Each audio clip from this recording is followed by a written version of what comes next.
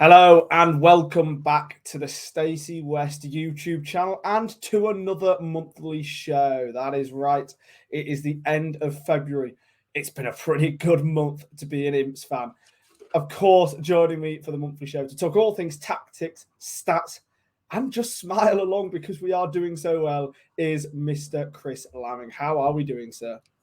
Well, as you mentioned, we're unbeaten we had a good run, unbeaten in 9, won 5 out of the last 6 on the back of probably our most convincing win for ages, not just this season, for multiple seasons. I'm pretty well, but I'm also a little bit embarrassed. This will probably come to no surprise to anyone. I'm an idiot. So we were 5 minutes or so late recording this morning by my own fault. So I've just to kind of peek behind the curtain a little bit. We were due to record at 10:15 this morning. I'm off work today. It's nice. It's nice to be able to do it earlier. So we agreed to record at 10:15. I come downstairs, turn my laptop on, and it says updates required. So, sorry, mate. I'm going to have to be a few minutes later than expected. My laptop's updating. To which you replied, "Oh, it's okay. I'm playing Football Manager anyway." And I was. And for the record, just beaten Nottingham Forest with a 2-2 draw and a penalty shootout in the second round of the League Cup. So fantastic. I am buzzing. Yeah, brilliant, as you should be. Side note, the new update is out for Football Manager now with all the January data. There was over 6 million changes over it, and I think about 3 million of them were Lincoln. Lincoln changes, so you're welcome, everybody. But anyway, so you sent me that message, and I was like, "Oh, that's fair enough. Yeah, I'll play Football Manager for a few minutes while my laptop's updating." And so I opened my laptop up and started playing Football Manager, and then I realised after sitting down for a couple of minutes, hang on,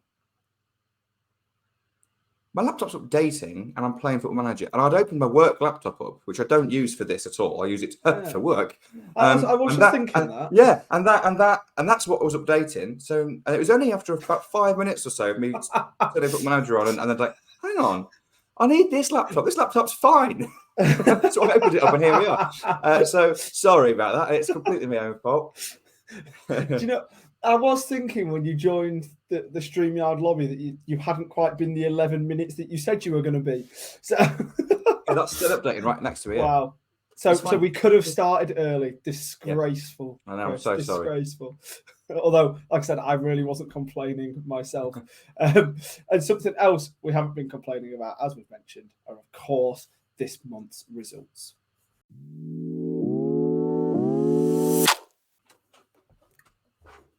And here are those results on screen now. We started the month with an away trip to Burton Albion, where we got a bit of a scrappy 1-0 victory. Wasn't the easiest game to play, that one. And of course, Alex Mitchell getting sent off in that for well, can somebody please let me know in the comments what he was actually sent off for. If we then followed that up with a game at home to Fleetwood, where this time it was them on the receiving end of a red card, and we came from behind to win 2-1 in that one. Then travelling down to Charlton Athletic on a Tuesday night, getting a well-earned 1-1 draw. I think there was arguments on the night that they were maybe the better side, but I think we struggled along and still got the draw, which I was really happy with.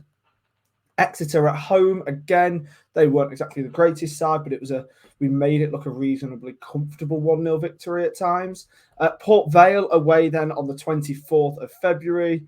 I don't really remember too much from that game, but that was a 2-0 victory for us. Again, it was a nice early goal, a nice late goal, and not too much happening in between. And then, Chris, you mentioned it in the intro there. Tuesday night, Shrewsbury at home, 3-0 win, could have been 6-0.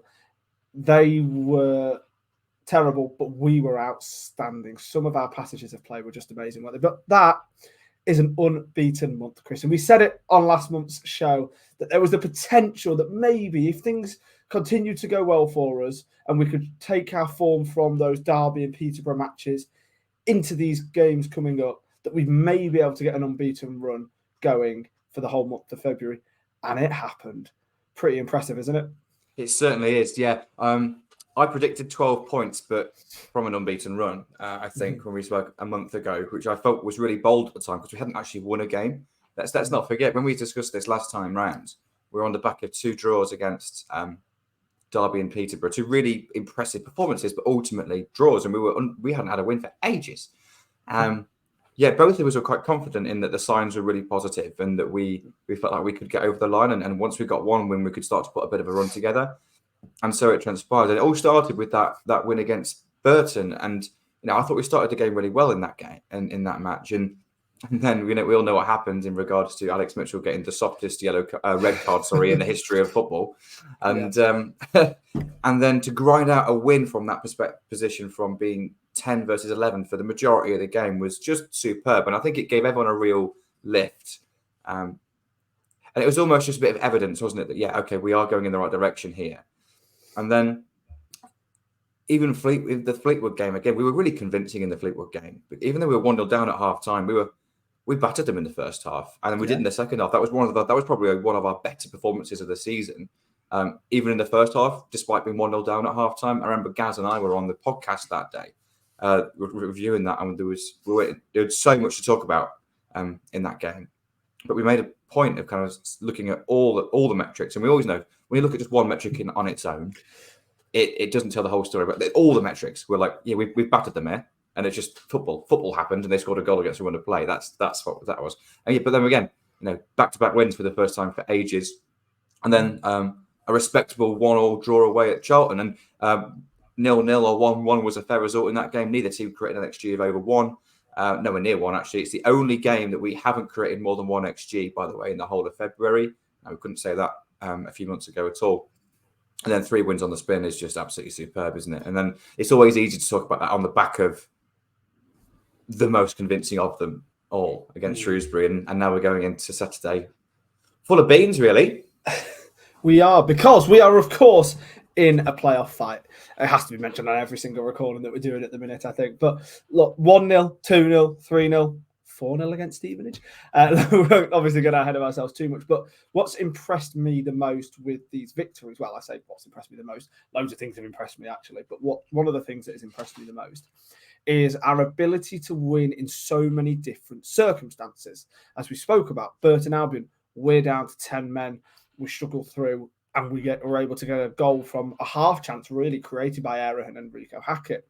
Fleetwood at home, they're down to 10 men whilst they're 1-0 up. That can be unbelievably difficult to play against sometimes because game plans and shapes begin to go out of the window a little bit. So you've really got to be able to kind of think fast and think on your toes as both a management team and a sort of playing staff. And yet we were still able to come back from that, score 2 goals and win that. Really impressive. Charlton, like we said, they had a bit of a new manager bounce. It was their first home game under Nathan Jones. They have definitely picked up since he's come in. They got their first win as well, I believe, in midweek under him, as far as I'm aware. Yeah. So, again, that's a difficult game to go to, and we were still able to get a point. Exeter at home, they weren't exactly the greatest, but we still had to be able to try and break them down at certain points, which we did, and we got a 1-0 victory and then managed the game from there. Port Vale away, again, they were a side that are struggling, obviously, but Darren Moore's first home match in charge of them was against us, and we still managed to get a 2-0 victory. Okay, the first goal was handed to us, but I have no kind of, I have no hesitations in saying that I think even if we hadn't got that goal gifted to us in the first couple of minutes, we'd still probably got a goal in the first 20 minutes because that's the way that we're playing at the minute, going ham for the first 25 minutes minimum, then maybe game management a little bit, then going ham again in the second half. And that's something that we obviously did against Port Vale. And then Shrewsbury, well, that just very much summed up. And that was a purely dominant Lincoln City performance. We had I actually think we had less of the ball, though, if I'm not mistaken. From one metric was saying that we had less possession than them, but it didn't matter because we dominated them in terms of shots and created opportunities, and they couldn't really get into the game, both because of their weaknesses, but also because of our high press stopping them from getting out from the back a lot of the time. So the manner that we've won in each of these games is so different, and yet we still had the same or very similar results. For me, is really impressive. Yeah, super impressive. And we all said that this was going to be a really big opportunity for us, didn't we, February? Because we'd gone from playing some big games against some big teams high up in the league to playing 6 teams in a row that were below us. And, looking back, I suppose the glass half full mentality is, well, we should be getting results against these teams if we have aspirations to be a top half side. But it's been our Achilles heel for years, is breaking down those teams who are more comfortable or more willing to sit deeper against us and are happy to kind of maybe for a point, rather than teams like Derby or Peterborough who wanted to come and impose themselves on the game and impose themselves on us, so that we maybe create a bit more of an open game which suits us on the break. And the fact that we have shown something which we haven't really since probably Michael Appleton's first full season, the playoff season, we've really been able to break down those teams that were below us in the league. And it's just a real pleasure. Like that, you mentioned the Fleetwood game. It is genuinely sometimes really difficult to play against 10 men because, it's you've got something to fight for. You tend to be a lot more defensive than you were beforehand. You basically will generally defend like a 4-4-1 shape, and it's almost like the tightest, deepest 4 and a 4. That's how you play with 10 men, especially when you're a goal up. And we absolutely dominated them. Made that extra man count all over the pitch. And that's what I was so impressed with against Fleetwood was how we played against 10, because we knew we were the better team in the first half. I was actually a little concerned at half time that once they'd had the red card, they would go even deeper and they'd be, just make it really hard for us to break through. And we created chances at will in that game. Mm-hmm. So yeah, I am so impressed with us. So impressed with us. And it's just nice. It's just nice to be a Lincoln City fan right now, isn't it? And we've said for a while that we think the future's bright, and the path that we're on has been showing signs of an upturn in form. And then here is the upturn in form. And now we've got, you're right, we've said it tongue in cheek a few times, but we are genuinely in a playoff hunt, I think. It's a long shot. It's very much a long shot, but it's not a write-off. And it's interesting because as recently as the Exeter game, I thought it was. I didn't even consider for a second that we were going to be in a playoff hunt. That first half against Exeter felt, dare I say, like an end-of-season game. It was 2 mid-table teams that were cancelling each other out. 2 half-decent teams, solid enough. Not a huge amount happening. Rather than each team being poor, I think there was just 2 decent teams that had a couple of deficiencies. And we got on the right side of that, and deservedly so. And then we put another back-to-back win together, and suddenly, with other results that are happening, other teams above us maybe not being on the best of form at times, we're in with a shout now, and we're 8 points behind. Got the chance to go 5 on Saturday, and then got a big old game away at Barnsley next weekend as well, haven't we? So, yeah, we're in it. And I think credit to Skubala, credit to the rest of the coaching team, credit to the players for just putting this run together. It doesn't matter who you got to play, who you're playing against. You've got to beat what's in front of you, and they have won 5 games out of the last 6, and have only conceded 2 goals in that time. Only conceded 2 goals in 8, actually, which is incredible. It absolutely is. And you mentioned there that a couple of months ago we were, I don't want to say we knew this was coming, because that's not quite right, but we hoped that once players were back and once Michael Skubala had time on the grass and once we could get a little bit of confidence into players, maybe the January transfer window as well, then we would be able to improve. December was a torrid month. Obviously it was, but we're kind of looking to the future. We're kind of trumbling along, waiting to get to January transfer window. Let's have a look at these stats then, Chris. December versus February, because I think these are 2 polar opposites in terms of Lincoln City's performances. One of them, an unbeaten month. February, obviously, with 5 wins out of those 6. December, we didn't get a single win in those 5 matches. A couple of draws, but not a single win. But we have a look at some of the stats. Goals scored in December, 3. In February, 10. 7 goals conceded in December, only 2 in February. XG 4 per 90 minutes in December, 0.75. We had less than 1 XG a game. February, 1.82. XG against per 90 in December, 0.97. February, 0.80. Possession stats are also slightly up as well, but not massively. Now, Chris, I said there 2 polar opposites. And we already knew that our attacking style has obviously improved tenfold through a mixture of Marcus Gubala having more time to be able to get the lads playing his tactical style, but also having players back and having the January transfer window to bring in somebody like a Joe Taylor, but obviously also having Ben House, Rico Hackett, Freddie Draper coming back, those sorts of things. But also, our defence has improved a good bit as well, to the point where, as we said, 2 goals conceded in the last 8 games. Obviously, two in 6 in February. The rest, only 6 clean sheets in the last 8. Massively impressive again, and the improvements. What are you putting the improvements down to? Because they are huge.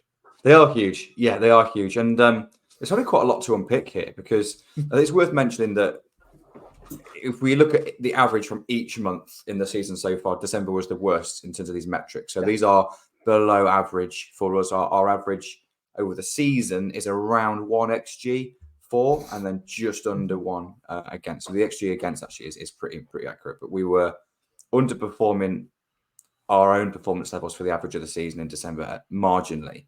But February has seen a huge upturn in that regard.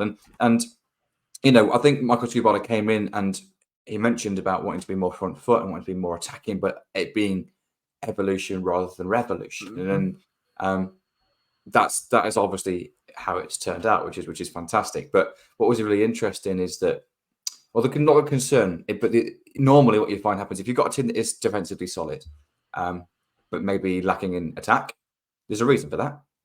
So if you then try and go more attacking, normally that automatically means you're going to have a little bit less defensive solidity. You can't be jack of all trades and master of them all, or at least it would seem. But it turns out you can, because I'm going to say tell that to Michael Skubala. Yeah, because we've become significantly more attacking underlying numbers. So also things like shots on target, crosses, touches in the box, they will massively increase as well over this time as well. And ultimately, it's that expected goals stat. We're almost like a whole goal better than we are for the average of the season per game in terms of the quality of chances and number of chances that we're creating. That's huge. But also our XG against has gone down. Now, there's obviously the argument that the best form of defense is attack sometimes. So if you've got the ball more often than the opposition have, and you're creating more chances, you're putting pressure on them. Well, they're not down the other end putting pressure on you while you're doing that. So there's probably got to be an element of that as well. But there's definitely been moments in all of these games that we've won or got positive results from, where we have had to weather periods of pressure. And even in those moments where the opposition has had significantly more possession and even more territory than us at times, we've not really looked threatened in many of those games at all. So, yeah, what's it come down to? I think it's what you mentioned there. It's January helped in terms of the transfer window, in terms of I think it's not just the new players coming in and returning players, though of course that is what we're seeing on the pitch, but it's probably an element of the players leaving as well. You've got probably a real unified squad. If you've been in a squad for 6 months and you've hardly kicked a ball, you're probably not going to be the most positive of character around the place. And I'm not that's maybe too critical, but that's just my experience of being in and around football teams where people aren't playing. There's always that little bit of atmosphere from them, and it's not even necessarily meant or intended or conscious. It's just it's just your natural demeanor, and so maybe a fact of just freshening up the squad as much as the players coming in or returning has helped, and it definitely has. There's been no denying that. Maybe the outs has helped a little bit as well. The fact that Chris Cohen has come in to support Tom Shaw and Michael Skubala, and they've had time on the training ground. And then the confidence, of course, once you've got that first win and a couple of good results and performances, you can build from there. And yeah, I'm looking at we're going to look ahead, obviously, to the fixture list coming up. But I'm looking ahead and thinking, even though we've got some on paper tougher games than we've had, going into these games really confident that we're going to be able to get something out of them, if not win. So it's just a real nice mentality to have, isn't it? Because I think we went into every game previously, even in that tough run, thinking we've got a chance of not losing here. But now I think we're going into games thinking we've got a chance of winning, and like a realistic, genuine chance of winning. And that's a real mentality shift for me personally. I don't know if it is for you. No, absolutely. I put a tweet out after the game on Tuesday night, And it was unbelievably reactionary, and I'm not even going to try and pretend like it wasn't. And it was probably a little bit arrogant as well. But I actually am struggling to see where the next defeat is coming from, providing that we can keep these performances the way they are. And of course, we're going to have an off day between now and the end of the season. We may even have 2 or 3, because that's what happens in football. But if we can carry on playing the way that we have been, and obviously Shrewsbury was very much the icing on the cake of that, then I feel like there's very few teams in this division that are going to be able to beat us when we're playing like that. But, you know, it is... It's really because you really want to keep grounded. But we are really impressive at the minute. And it's just enjoyable. It's nice to see. So, yeah, I'm really happy with that. And there are obviously some players who have been standouts, some players who pick themselves for the team as well. So let's have a little look then, Chris, at our best 11s.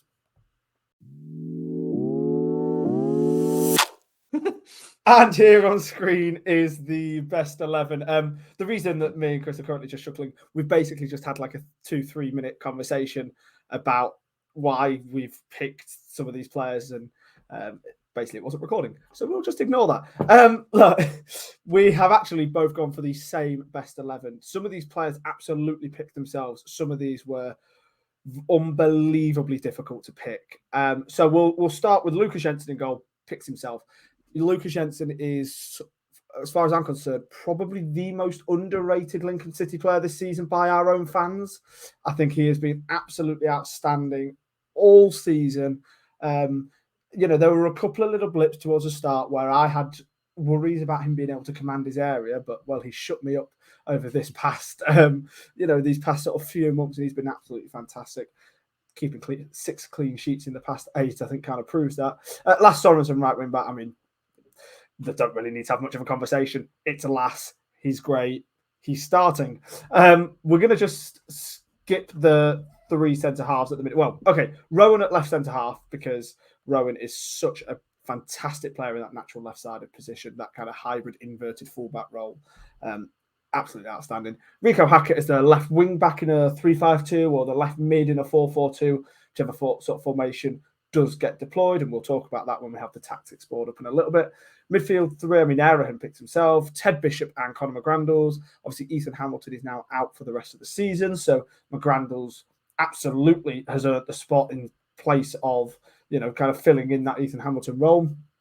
Just shows how good of a signing McGrandles has been, because the definition of squad depth is being able to replace a player and not notice that they're missing. And that's what McGrandles has brought us. So I think he's been absolutely outstanding in that. Bishop, I mean, there's maybe a couple of arguments for another player in that position, but the way Bishop has been playing this month, I mean, there's absolutely no reason why he doesn't get into this squad. And then Taylor and House up top. Obviously, Freddie Draper's kind of been in and out of the squad recently with a bit of an injury issue. But I think Taylor and House, they showed on Tuesday night as well, specifically, just how they're able to complement each other. Ben House is my favourite player last season. I mean, I already want to make him my favourite player this season. I think Ben House is absolutely outstanding whenever he plays. And obviously then we'll go back to those 2 centre-halves, Jackson and O'Connor. Now, this was a really, really difficult decision, as I'm sure Chris will very much attest to, because Alex Mitchell has not put a foot wrong. And we both really wanted to put him into this squad. But we kind of both decided that going... Well, I'll speak for myself first. My thinking of it was going into the final few sort of matches of the season, these final 10, 11 matches of the season, and with being in a fight for something, we are still in a playoff fight potentially, as we've spoken about, I want my captain on the pitch. That's just a simple personal preference. I'd like O'Connor as our captain to be on the pitch. Don't get me wrong, Jacko has been an absolutely outstanding unofficial captain, vice captain, whatever you want to call him, for most of the season, if we're being fair. But I would like my captain on the pitch. Now, that's not a slight on Mitchell, because I think Mitchell has done absolutely incredibly.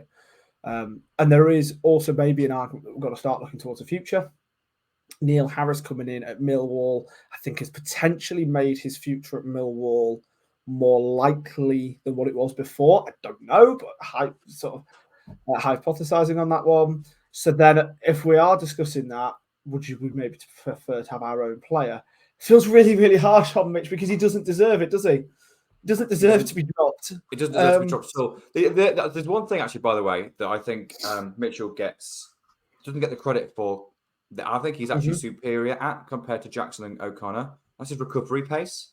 I think we all see him as the kind of that warrior-like centre back that wins his battles and he does that brilliantly. But they've been really impressed with his recovery pace. So I'm thinking maybe in some games where we're playing against a really dynamic front line or a front line that's just got some pace about them, then maybe it's a little bit of a we pick and choose who starts, because I think I've been really impressed with Mitchell in that with that element of his game. I think that the other kind of 1-to-1 defending is that's already been proven. But Jackson for me has been probably our most consistent player for the whole season. He's been a calming influence in often quite a frantic 18-yard box, and I just think you can't not play him when he's fully fit. Now, obviously, he's got a mask on at the moment and he's back in training because of his broken nose. So how likely it is that he's going to be classed as fully fit, you don't know. I think we know enough about Jacko to his mentality to think he's probably going to come back into the team and nothing's going to change for him, whether he's wearing a mask or not, whether his nose is or not, he'll just head stuff away anyway. But also, there's a bit of a question mark on that. And I agree with you from Paulie. I think since he's replaced Jacko and Jacko's been out of the team recently, Paulie hasn't put a foot wrong. He's been outstanding, and his defensive metrics on all the Y Scout stats have been top 5 centre halves in the league for winning headers in both boxes. Actually, so aerial duels, just defensive duels overall, he's been top 5 centre halves. So you can't not pick him then if he's one of the best centre backs in the league, statistically in the last 5 or 6 games. So yeah, I think it's really harsh on Mitchell, and I really like Alex Mitchell. But yeah, I think we've settled on this slightly more experienced back 3. Well, 2 of the 3. Obviously, Rowan's a young player, but he's a shoe-in for that left. Still very experienced, though. Realistically, compared to O'Connor and Jackson. Yeah. Good point, though. So yeah, it's such a tough decision. I feel like we've had this debate a few times over the year or season, haven't we? And we might change our mind again by the end of the season. But right now, I think Jackson and O'Connor starting with Mitchell as a incredibly competent kind of not backup, even makes him seem kind of further down the pecking order than it really is. He's just an immediate shoe-in. But if there's any bookings, suspensions, injuries for any of the other 2, right, perfect, in. And like you say, sign of a good team and a good player is that you can take one cog out of that team and replace them with somebody and not notice. And I think if you put to replace Mitchell with Jackson or O'Connor with Mitchell, then you wouldn't notice too much at all. And that's just a really, really good sign of a good team. But you can only pick 11 players and you can only pick 3 centre halves. And one of them is definitely going to be Rowan. One of them for both of us is definitely going to be Jackson. And that leaves this 50-50 toss-up between O'Connor and Mitchell. And for us at the moment, this moment in time, O'Connor just shades it. It literally is a coin flip, though, and I do not envy Michael Skibala's position with that decision at all, because, like I say, both deserve to play. Now, I think realistically, there will just always be a combination, 2 of the 3 suspensions, little niggles, fitness and rotation. It's coming up to kind of the crunch end of the season. You want to be able to have 3 absolutely outstanding centre halves to fill in for 2 positions in that sense. So, it's a real positive on that front. And we've also got TJ over, by the way. Let's not forget that TJ. I feel sorry for TJ because TJ has popped in at, when we've been playing in a 4, he's popped in at right back when we wanted to go a bit more defensive to see the games out. He was really, really good in our bad run. And then, it's just unfortunate timing, isn't it? He lost his place in the team when Sean started to get back into the team on that left side. I think TJ made one, it was so consistent, but made one error, which led to a goal, I think, or a chance or something. And he just dropped out the team at that moment. And since then, we've been on good form. So the players haven't deserved to be kind of rotated or dropped. So, yeah, he's a bit unlucky, but he's a reliable backup. He's a very, very different type of player to the rest of them, really, isn't he, TJ? Absolutely, but it's nice to have that kind of versatility on the bench from TJ as well, which is a real positive. So, look, we've spoken a lot there about the team. Is there any other particular positions that you'd like to pick up, Chris, before we move on to how it lines up in game?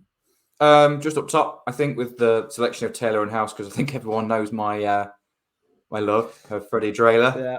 Sorry, I think long term. I don't know where that came from. Yeah, Fred can be a real fixture in this team going forward long term. As you mentioned, he's been out of the team with an injury for a couple of weeks, and Ben House is undroppable in my opinion. I think he is probably one of the most underrated players in League One. I know we get to see him every week, so not everyone has the same vested interest that we do. But I genuinely don't think there's another centre forward that offers the attributes that he offers. Like we saw what he's good at, like what he's best at against Shrewsbury. Now Shrewsbury played into his hands. Let's not forget that. But the amount of times he won the ball back off centre halves, and it's not just when he does win it; it's when he doesn't quite win it, but he forces the play into certain areas of the pitch, which means we can condense it on one side and then we can win it back. The amount of times that he either won it back off a centre half or he directed the play to their left back, who was Sraha. I think that's how you pronounce it, who was not a comfortable ball player, and he was a lot more conservative in his positioning than Winchester was on the other side. So we clearly were wanting to force the ball to their left back. The amount of times that Ben House either won it back from Dunkley or forced Dunkley to play the ball to Sraha, where we had 2v1 on him, because that was clearly our pressing strat. And it's just having that awareness to do it and having that tactical nous to spot those moments in game, because it's knowing when to press aggressively with fast pressure. It's when to sometimes go with slow pressure just to kind of shake. And he's just an expert at it. I don't think there's another centre forward in League One that does what he does. And then the question is, well, who do you partner with him? And Joe Taylor and Freddie Draper were both new and hadn't got a goal yet this time a month ago. They've both shown glimpses of kind of what they could bring. And then since then, Joe Taylor's got himself a few goals and has looked really sharp in games. And Fred sadly has picked up an injury and has missed out. So I think just purely for that reason that Taylor's on form at the moment, Taylor wins. But Freddie obviously gives you a real dynamic because it's different to those two. And he was on the bench against Shrewsbury. Didn't come on. Didn't need to risk that when in recovering from injury.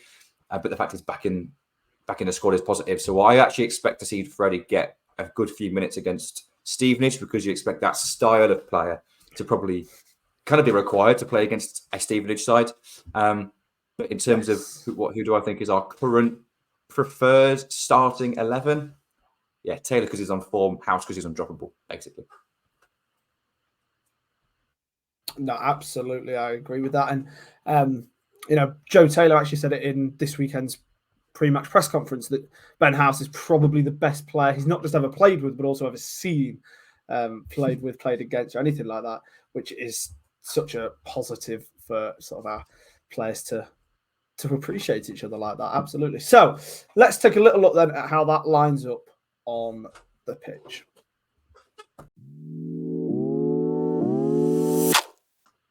And here we go then. On screen now is the formation that we sometimes line up in. Now, I know what you might be thinking. This is actually different to the formation that was on the best 11s. We just like to try and confuse you. This is obviously a 4-4-2 because, as some of you may know, some of you may not, but we've very much been playing a system that can be either a 4-4-2 or a 3-5-2, so depending on the situation at hand. Now, Chris, talk us through the different systems and how they complement each other. They're so similar, to be honest. And this is more about our shape out of possession, to be honest. So that is often dictated by the opposition's threats, the opposition's formation.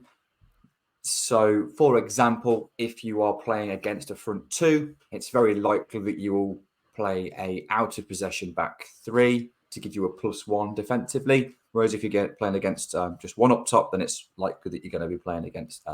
It's more comfortable to defend in a back two centre backs or a back four.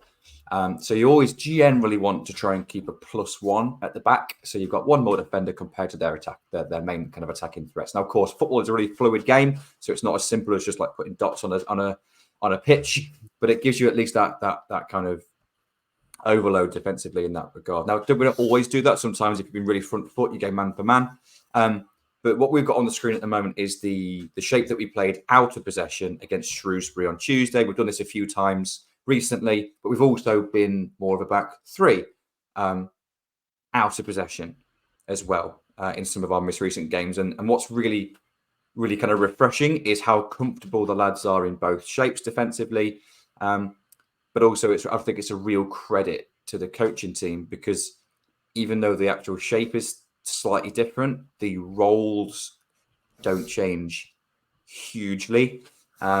Certainly in possession, the roles don't change really at all. So this is our out of possession shape as it was against Shrewsbury, but sometimes it's a 3-5-2.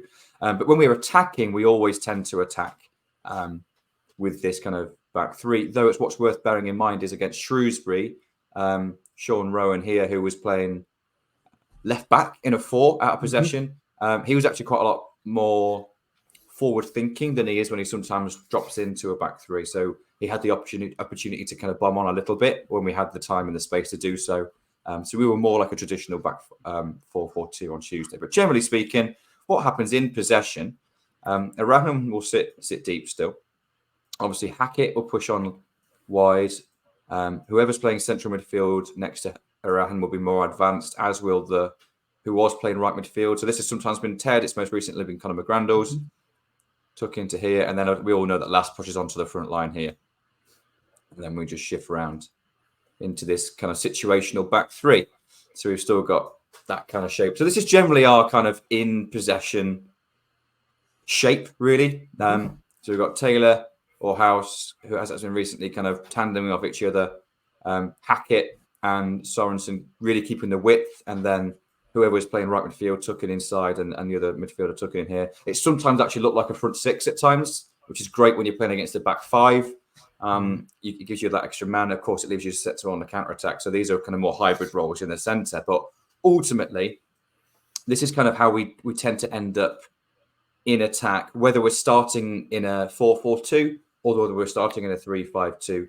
The only real difference is on Tuesday, what we saw is when we were really dominating was Sean being able to join in with the attack as well.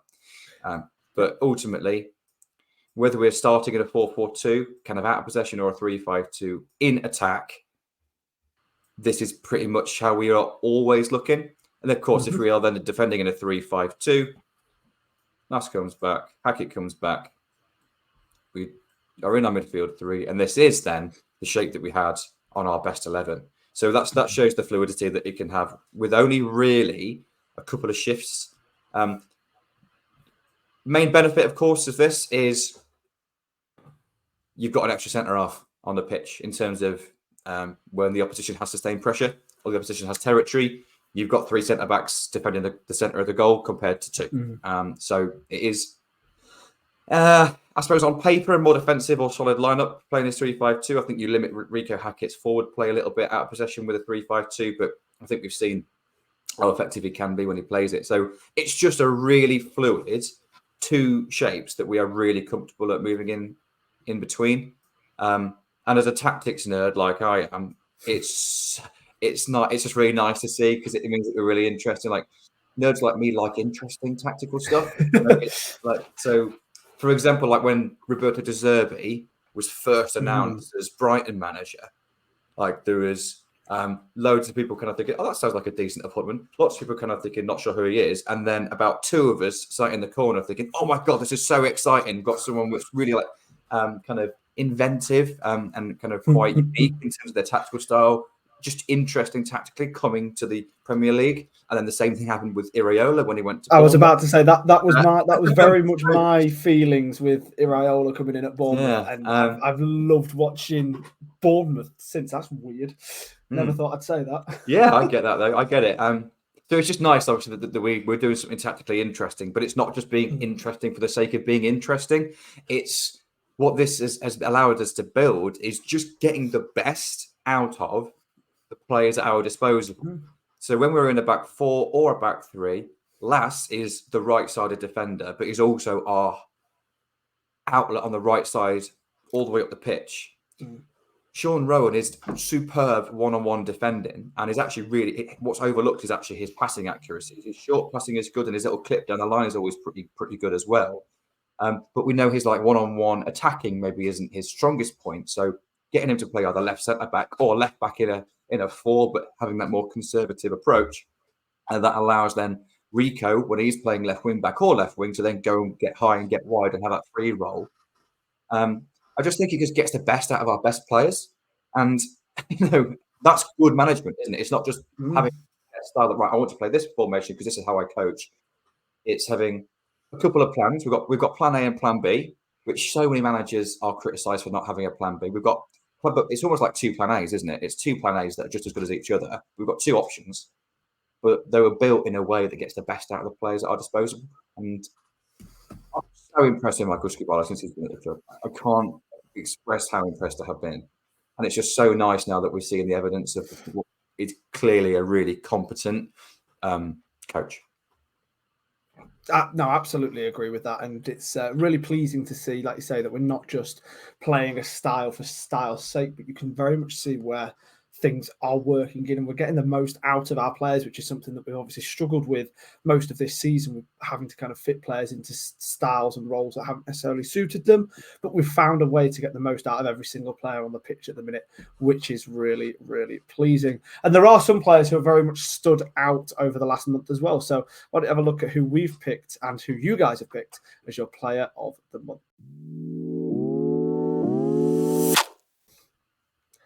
And here we go then. It is the player of the month. And Chris, you're up first. People can see who you've chosen on screen now. Why don't you talk us through your reasoning as to why you've picked Rico Hackett? Yeah, once again, really tough. Particularly tough after a good month where we've put a great run together. And I think from almost every month so far, at least one of us, if not both of us, has picked a centre half. And we could have done that once again, to be honest, because we've been super solid at the back. And this might sound a little bit arrogant, I suppose, but we can almost take our defensive solidity for granted. What we have struggled to do in the last 6 months, let's be honest, is put the ball in the back of the net and create a huge amount of chances. And since Rico has come back into the team, he has been just such a threat for the opposition. He has got some goals. He has got some assists as well. He's basically been the icing on the cake for me. And I think he's been utterly superb. It's just that final action. The amount of times this season we've said, we've been really good in the first 2/3, but it's just that last pass or that last action, it's very breaking down. Well, since Rico Hackett's been back in the team, we've had a final action. And so for that reason, I've picked Rico. He's been kind of almost like that last piece of the jigsaw in a way. He very much has been. It's been really great to see him come back. And you know what? It was Wickham away when he was running at defenders. And you just realise, you know what? This is what we've missed. Okay, yes, we may have missed strikers. Of course, players being able to put it into the back of the net. But Rico's desire to constantly get forward and constantly run at defenders, second to none in the team. Absolutely fantastic. And I think he's a very worthy choice of player of the month. But not who I've gone with. I have gone with Ted Bishop. Obviously, he got his goal on Tuesday night. The reason I went for Ted Bishop was kind of twofold. First of all, he's been absolutely outstanding and deserves to be, at the very least, in a conversation on player of the month. What he's brought to the team in terms of some nice, quick interchange of passes in the middle of the park, I think has been second to none. I think he's worked so well with the likes of Ethan Erahan and Conor McGrandles or Ethan Hamilton in the middle, and then with the players further forward and out wide as well. His vision and knowledge of where players are on the pitch, and he's really good with the ball at his feet in terms of trying to get past players as well. So really wanted to pick him for that reason, but I also wanted to pick him as a bit of an apology. Sorry, Ted. Don't know if you're watching this, probably not, but last month, I was unbelievably sort of doubtful over Ted Bishop's long-term place in this team. And by long-term, I meant, during the rest of the season. And I expected Danny Mandroiu to very much take that kind of right mid/second 8 role. Because Ted, look, we've all spoken about it at length, about Ted over sort of the last sort of couple of months. But there have been times over his Imps career where he's had some really good sort of purple patches, but they never normally last more than a few matches. And maybe I was being really harsh when I was saying that, but that was kind of the feeling that I got. but he's shut me up. He's been absolutely outstanding for the whole month of February for this amazing unbeaten run. Ted Bishop has been a massive, massive part of that.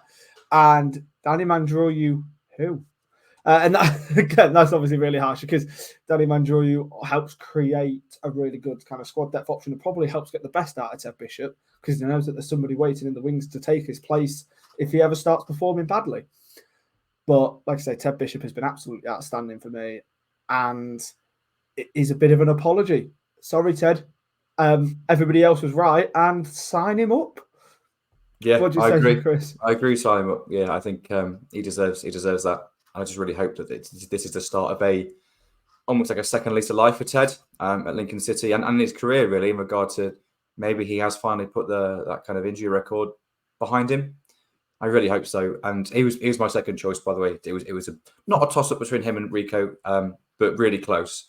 I've been just really impressed with Ted's game intelligence. We mentioned his longevity, which has impressed us. We mentioned that before, and we was hopeful that it could continue, and it's grown. You know, he's had a few 90 minutes recently, and I think he would have got 90 minutes if we needed him to on Tuesday. But Marcus Gudbala, once we were 3-0 up, took the opportunity to rest quite a few of our key players just to kind of avoid the risk of injury. You mentioned his technical ability. I think that's superb. I think his off the ball stuff's overlooked. So I think he's quite combative now. I think he's strong in the challenge as well. What I've been most impressed with is his game intelligence of knowing when to take a player on, knowing when to put his foot on the ball and entice the press, knowing when to move the ball quickly. Like, it's not about moving the ball quickly all the time. You can't play 100 mile an hour all the time because defenders will just sit back. Whereas if you play slowly all the time, it's easy to defend again. It's about that changing pace of your attack. So that's what people will probably notice more and more happening when we start to have more and more possession in games, is that we will sometimes go back to the defence or go deep to midfield, and we'll go really slow with our possession. And then there'll be a little trigger, normally someone pressing or normally someone coming out of a position from your position, which allowed us to go, right, bang, bang, bang, pass, in. And it's knowing when to change the pace of that possession and the attack to either slow it down to entice the press, or to speed it up, or to take someone on. And Ted's decision making and game understanding in those moments, which is real make or break if you are being pressed, because if you lose it, you're screwed behind. It's been superb, absolutely superb. He is a brilliant footballer, and now I get it. Now I get it when Mike said that he should be a championship player. Yeah, and yeah, and I've always kind of got his technical ability. I was good on the ball, but what I'm seeing now more and more is playing a game with your head. You know, that's the big difference at the higher levels in football. That game intelligence, because you know it's faster, it's a higher intensity. You get punished more, certainly at a higher level, and it's that kind of psychological side of the game. I think that I've been so impressed with Ted recently, and of course, long may it continue. 100% agree with that. Absolutely. He has been outstanding, which is obviously why I picked him. But you guys didn't pick him. No, you guys, the Stacey West readers, on your player ratings after each match, had Ted Bishop in 4th. You had Rico Hackett 3rd. 2nd was Conor McGrandles. But 1st, Ethan Errahan. I mean, Chris, you were torn at one point whether or not to be picking Ethan Errahan or Rico Hackett, weren't you? So surely they're my top 3. Yeah, Errahan, Bishop, and Hackett have all been outstanding. Well, as has McGrandles, actually. So yeah, the readers know what they're on about, don't they? But Errahan has been a Rolls Royce of a player. He just plays the game with such confidence, doesn't he? And again, it's his game understanding that I've been most impressed with. He's another player that plays the game with his head. The amount of times he wins the ball back is ridiculous, to be honest. Interceptions and tackles. It's just right place, right time to intercept. What he's been showing recently, though, is things like forward passing has been really good. He obviously keeps possession really well, but he's been a little bit more expansive in his passing, and also at times he's been stepping slightly further forward into midfield to win the ball back and then drive forward as well. So he's adding that kind of more attacking input to his game. He's almost like it's unlikely you'll see Ethan Errahan ever get kind of many assists, but he'll most likely get like the pass before the assist, known as a second assist. I imagine that we'll start to see him getting some of those. So the pass before the assist or the pass before the assist will often start from him. So yeah, he's been absolutely superb. And the thing is, he's probably the foundation of that midfield dynamic that we've got. And we've been so impressed with us defensively for such a long time, and he's been a huge part of that. But I think in terms of us being able to get a bigger foothold in games, like Shrewsbury, of course, being the icing on the cake, as we've mentioned, he just provides that foundation for all that kind of good stuff to happen in front of him. So yeah, a worthy winner of the Player of the Month once again. No, absolutely. Ethan Errahan, we've spoken about squad depth and the fact that we're starting to see it now. And we've got certain players that can fill in for other players, such as Conor McGrandle's coming in and replacing Ethan Hamilton so well to the point where you forget that Ethan Hamilton isn't available. But there is no one that can replace Ethan Errahan. What he can do for us genuinely is second to none. So, yeah, really pleasing with that. And hopefully he can carry that on for the month of March. So let's have a little look at our fixtures over the next 4 weeks. And here they are on screen then. Yeah, these are some big games coming up. 6 games in the month of March. Stevenage at home to kick it off tomorrow as we're recording this, and hopefully tomorrow as you're watching this. Hoping to get it out today. Barnsley away on the 9th. I think we've already sold almost our full allocation of the 1,500 tickets we were given for the away game at Barnsley. So that'll be really, really impressive. Cambridge at home on Tuesday, the 12th of March, followed by Bristol Rovers at home on the 16th of March. Yes, that will end our run of, I think it's like 4 home games in our 5 that started with Shrewsbury. But then away to Oxford, which may get called off because that is international weekends. There is a chance that one will get moved to a Tuesday night, inevitably in April. And then home to Leyton Orient on Good Friday. So let's just say, hypothetically for a second, that Oxford does get called off. We'll have 1 away game in the whole month of March, by the way. We're in a pretty good position. I mean, look, Oxford away, Barnsley away, Stevenage at home, probably the toughest of those. What are you thinking then, Chris? Talk us through game by game, but what are you thinking in terms of a points haul?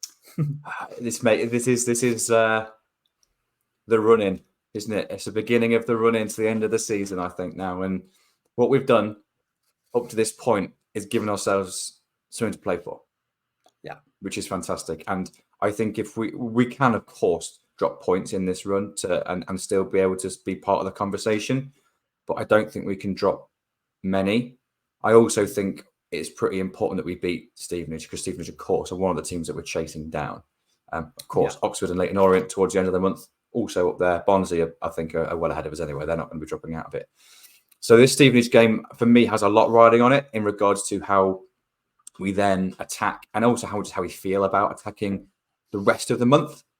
If we beat Stevenage, which, by the way, I think we can, particularly at home, Stevenage are superb at working hard on the opposition, putting pressure on the opposition, having territory. Obviously, don't have a huge amount of possession themselves. It's very much direct play, not just hitting a big man, it's generally hitting channels, but they are risk averse, they are aggressive, they are full of work rate, and they're good at it. They're really good at it. But I think we're really good at that side of the game as well, in terms of just the work rate and the fight. We've got the second best defence in the league. So that's a good sign. And I think how you beat Stevenage is you weather that, and then you play better. You be a better football team than they are. You get the ball on the deck and you out football them, like we did against Shrewsbury. It was quite nice, by the way, on the podcast on Thursday when was it Thursday? Whenever it was, me and Gaz, it was Sunday when me and Gaz were reviewing Port Vale. We kind of said it was a decent win, but and I kind of said, as much as we're playing against a different opposition on Tuesday, but a similar one. We win that game by getting the ball on the deck and playing football, whereas against Peterborough, it was the opposite of that. With this one, it's probably similar to Shrewsbury. Against a far, far, far better side, but it's our in-possession play that's going to be the difference here, I think. And if we can basically stop them having the ball and we can put pressure on them like we have been putting pressure on teams defensively, then I genuinely think we can win this game. I'm going into this really confident, thinking we can win. I would be satisfied with a point, but I really think this is one we've got to really go for here. We're trying to chase down Stevenage. Let's go for this and try and get 3 points. So I'm going to predict 3 points against Stevenage, and I appreciate that's a pretty big claim. And then on to Barnsley. I would be delighted with a point away at Barnsley. They're a really good side. I'm great for them at the moment. If we're going to lose one, because we can't go unbeaten to the end of the season, I think if we're going to lose one in this little run, Barnsley away is probably the most likely. But with a packed out away end, does it sound like it's going to be? And I would imagine if we do beat Stevenage, there'll be a call for even more tickets for that really large away end, by the way, at Barnsley. They'll definitely be able to give us some more if we're going to sell them. So, that could be one of those special away days potentially, where we take a huge following and hopefully that has a big impact on the result. But ultimately, wouldn't it be nice to get to Barnsley and on the back of a win from Stevenage and it feel like a big game? And then we've got what my favourite thing in football, back-to-back home games on a Tuesday and a Saturday, like we're just having this week. And then we've got Cambridge and Bristol Rovers. Two teams I think we're more than capable of beating. Cambridge, of course, currently managerless. Have been really solid, actually, under Neil Harris. But he's gone back to Millwall. So I actually think that Cambridge are heavily linked with Mark Kennedy at the minute as well. Which could just add an extra little icing on the cake. Yeah, very interesting. Well, if that's the case, then we know that we're definitely not going to concede a goal. That's harsh, isn't it? That's really harsh. But yeah, Cambridge and Bristol Rovers are really winnable games on paper. Oxford will be tough, but their form is very hit and miss. Leyton Orient, the form team in the league alongside us at the moment, so that'll be really tough. So best case scenario, 14 points. Expectation, genuinely I think 12 again, which I think seems mad to say that against some of the teams that are playing here, but I genuinely think we've got the opportunity to pick up 12 points here. And if we do, we're well in it. We're well in it, by the way. I think that might be a little rose tinted. I like saying it out loud, but I'm going to go with 12 points again. I said that last month, and we got 16. So I'll say 12 again, and in the hope that we get the same result. If Oxford is postponed till April and it's only 5 matches, would you still say 12 points? No, not as an expectation. I'd say probably 10 as a prediction, should I say? Yeah. Because I think in my head, one of those games that we might drop points in would be Oxford away. I think we could beat them because I think they're less defensively sound than they have been. But they've just got good quality in attack, and I think that doesn't really threaten us too much. I think I think our defense can deal with the attack of any side. The question is, can we break teams down? And we can now. So, but also it's we're 9 games unbeaten. It's very unlikely we're going to be 15 games unbeaten. That doesn't happen very often for many teams at all. So you look at this kind of objectively and think, well, where are we most likely to drop points? It's probably Barnsley and Oxford, isn't it? Or Stevenage, but I just fancy us against Stevenage at home. I really do. So, as do I, for the record. I fancy us against Stevenage at home. Barnsley away is going to be tough. I'm willing to accept us dropping points there. Cambridge at home and Bristol Rovers at home, I think, are both heavily winnable games. And I think they're games that, providing, we are not capitulating over the next few games, they're games that I will be predicting us to win. Oxford away, I actually think we can go there and very much get something. And then Leyton Orient at home, I also think that we can beat them at home, even with the form that they're in. Because at that point, I think it'll be about who has kept that form going. Yeah. And obviously, if we can pick up 6 points across Easter weekend, Leyton Orient at home, Carlisle away, huge boost. Look, we've got 11 games left. We can drop points in 3 of them. We have to win 8 to get 76 points. 75 points. We can lose the other. We 3. can. We very much it's can. It's a huge ask. Yeah, but we can do it. We have the quality in the team to do it. We have the confidence, and we're on the run, and the defensive solidity. They say it's strikers win your games, defense win your leagues, don't they? Obviously, we're not going to win the league, but in terms of what gets you over the line, we can always rely on that defensive solidity. So, and we're putting the ball in the net at the moment. So, well, I'm going to say there is a chance. I'm going to say as an expectation, 13 points. Now, because that for me is 4 wins. Stevenage, Cambridge, Bristol Rovers, Orient. dropping points in Barnsley and Oxford. That's how I'm going to see it. So, and when I say dropping points, obviously, in that case, I mean we get a draw in at least one of them. And I genuinely do think that's a real possibility. I really, really do. So, yeah, look, Chris, let's bring us back here. Oh, there we go. Let's bring us back there. It's been a really, really good month to be a Lincoln City fan. Hopefully March is a really good month to be a Lincoln City fan. The fact that we're at this point in the season, we're looking up the table, we're really thinking that a trip to Wembley could one potentially be on the cards. Might still be a little bit of a pipe dream, but do you know what? Who cares? We're going to enjoy these final 11 games the way that we're playing at the minute, the way that the players are seemingly enjoying themselves playing at the minute. Joe Taylor joining in with the last Sorensen chant on Tuesday night. I love that. That was such a lovely moment. It really, those are the things that you love to see. And we've spoken as fans all season about how the likes of Alex Mitchell have come here on loan and they just get it. Joe Taylor's now seemingly in that same bracket. Yeah, I just on that, I think it's just in terms of how I feel. I don't know if this is across the board, but I genuinely feel there's the most connection between players, management, and fans now as there has been since the Cowleys.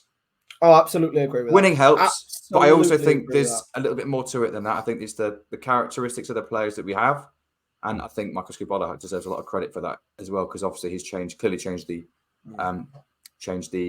environment a little bit to really embrace that.